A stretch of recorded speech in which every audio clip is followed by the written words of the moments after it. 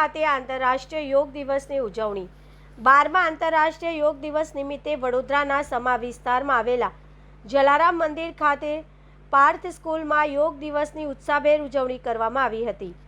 વિશ્વભરમાં 21 જૂનના રોજ ઉજવાતા યોગ દિવસના અવસરે શાળાના વિદ્યાર્થીઓએ વિવિધ યોગાસનો અને પ્રાણાયામ કરીને યોગના મહત્વને આત્મસાત કર્યું હતું। કાર્યક્રમ દરમિયાન વિદ્યાર્થીઓને યોગના શારીરિક અને માનસિક સ્વાસ્થ્ય માટેના લાભો વિશે પણ માહિતગાર કરવામાં આવ્યા હતા।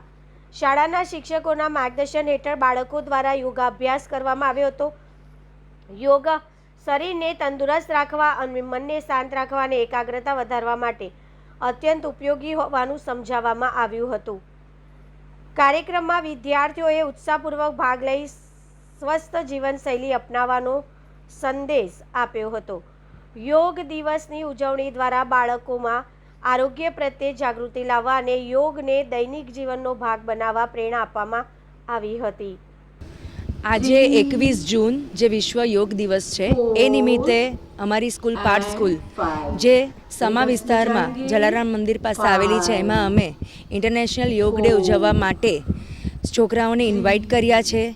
જેનાથી જેમ આપણને ખબર છે કે અમે એડ્યુકેશન સાથે સંકળાયેલા છે તો સ્ટુડન્ટ્સને જ્યારે ભણતરની વાત આવે, જ્યારે એમણે ભણવું હોય તો ભણવા માટે એક મગજની માઇન્ડની જે સ્થિરતા છે એ પણ બહુ જરૂરી છે અને એની સાથે એક હેલ્ધી લાઈફ જીવવી એ પણ બહુ જરૂરી છે।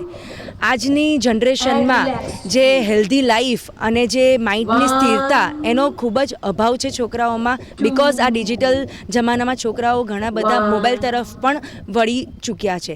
તો એની માટે અમે એક ઇનિશિયેટિવ લીધું છે કે આપણે યોગ ડે નિમિત્તે બચ્ચાઓને થોડીક જે બોડીની અને માઇન્ડની જે સ્થિરતા છે એ માટે આપણે યોગ કરાવીએ।